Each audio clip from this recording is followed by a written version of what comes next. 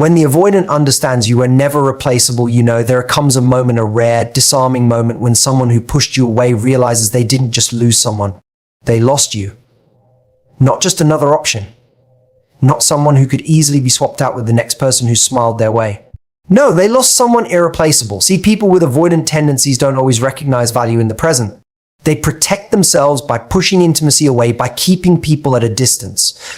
They confuse closeness with danger, so they choose space over connection, and maybe you tolerated that for a while. You gave grace, you gave time, you showed up, even when their walls kept you out. But there comes a day when you stop knocking. You walk away not with anger, but with clarity. Clarity that says, I'm not here to prove my worth to someone committed to misunderstanding it. And here's the part they never see coming. When you leave, not to manipulate, not to teach them a lesson, but because you finally choose yourself, something shifts. They start to feel the absence, not just of someone who texted goodnight or asked how their day was, but of someone who saw them and stayed. Someone who brought peace into their chaos. Someone who didn't try to fix them, but gently reminded them they didn't have to stay broken. And that's when it hits them, you weren't just someone, you were the one. Not because you chased them, but because after everything you walked away with your dignity intact. You became unforgettable the moment you stopped trying to be remembered. Because the truth is, when someone finally sees you as irreplaceable, it's often when they realize they let go of something they'll never find again.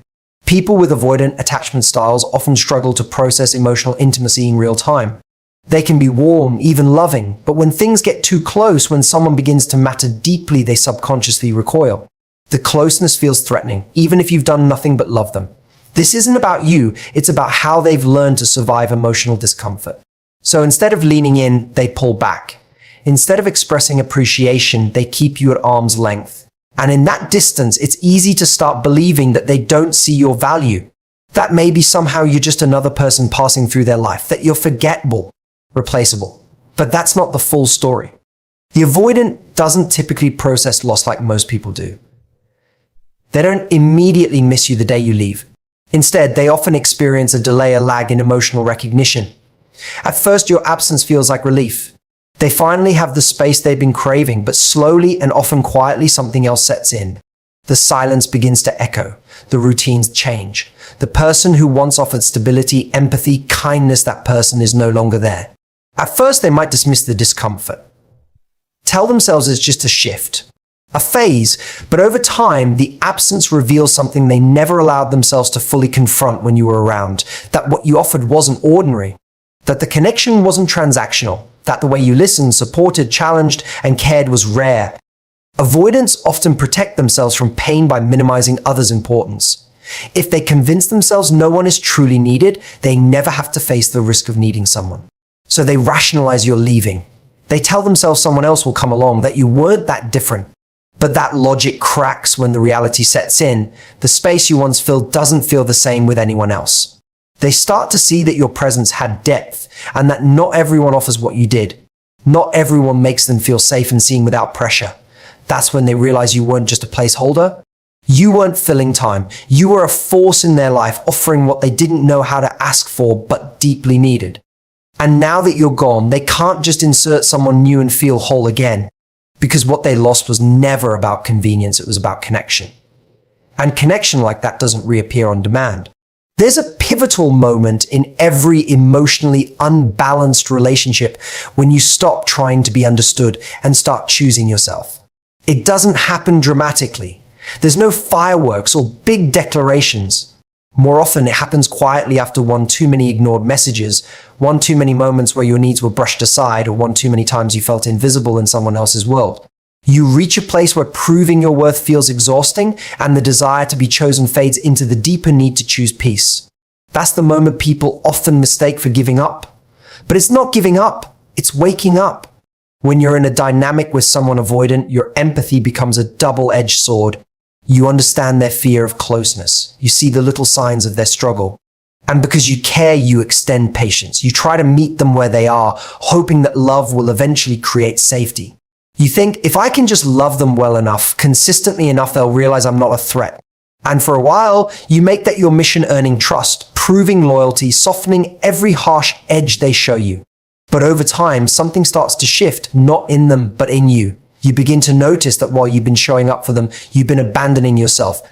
Your own emotional needs have been left unmet, not because they didn't exist, but because you've been too focused on managing someone else's comfort. That realization doesn't come with resentment at first, it comes with sadness. The sadness of knowing you've tolerated crumbs while hoping for a feast. The sadness of realizing that in trying so hard to not scare them away, you've silenced your own voice. Choosing yourself in that moment isn't about punishing them. It's not some silent treatment or manipulative exit strategy. It's about self-respect. It's about recognizing that love cannot thrive in a space where your needs are consistently minimized. That your worth isn't something that should have to be proven again and again. You start to understand that loving someone shouldn't require sacrificing your emotional well-being. And that maybe, just maybe, the most loving thing you can do for both of you is walk away. Not with bitterness, but with clarity. Because sometimes the most powerful form of self-love is no longer trying to convince someone of your value when they've made a habit of overlooking it. There's a quiet kind of power in letting go without fanfare. In walking away not because you want to be chased, but because you finally realize that staying would only cost you your self-worth. People often think that what makes someone irreplaceable is how long they hold on, how much they're willing to fight, or how far they're willing to go to keep a connection alive. But the truth is, you don't become unforgettable by clinging to something that's slipping through your fingers. You become unforgettable when you stop trying to be seen and instead allow yourself to be gone. The avoidant doesn't always register your value when you're in front of them. They may appreciate you in moments, but they don't fully digest the weight of your presence because their coping mechanism is to stay emotionally distant. So when you continue to show up checking in, being patient, showing care without demanding too much, they begin to take that energy for granted. Not necessarily out of malice, but because they've convinced themselves that intimacy is optional, even overwhelming. And when someone is always there, it's easy to believe they'll never leave. That's why your departure hits differently. Because it's not loud, it's not reactive, it's not about proving a point, it's calm. Grounded, certain, you no longer chase clarity or beg for recognition. You don't craft long explanations hoping they'll finally understand.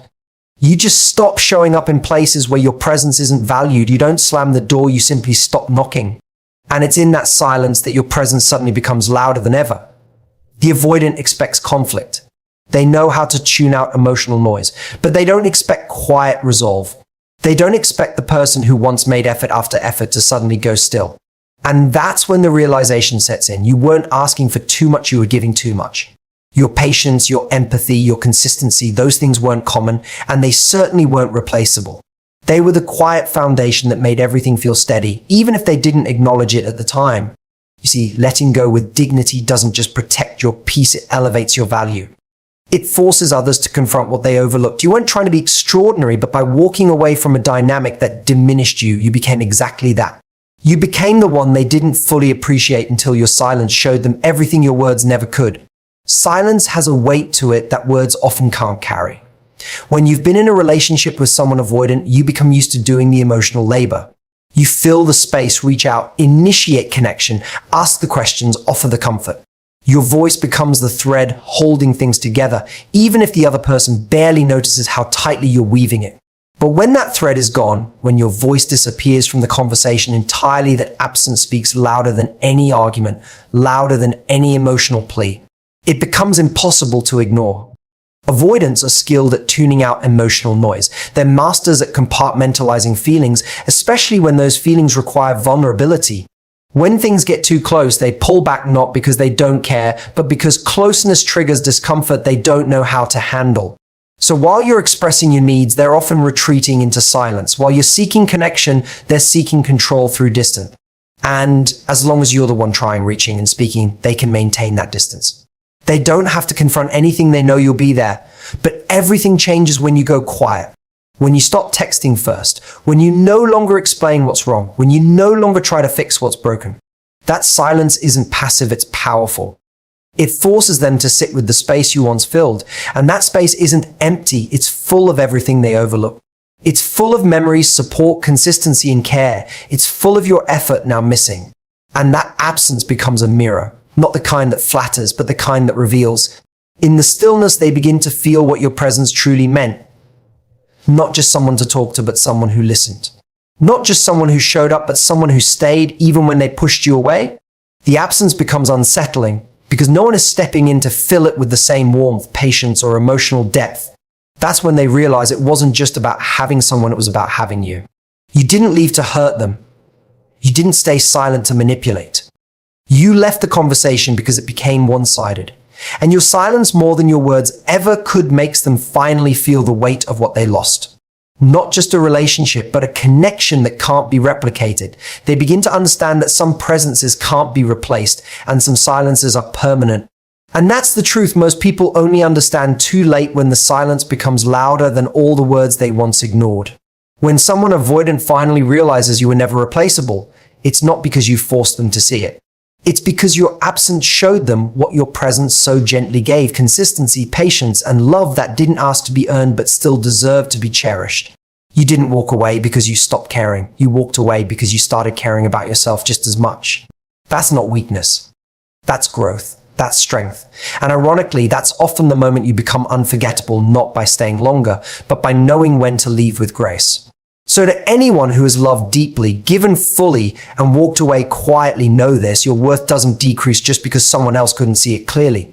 You were never replaceable, and you never will be. Thank you for giving me your time and your heart today. Take care of yourself the way you wish others would, and trust that the right people will recognize what's rare about you. Goodbye for now, and thank you again.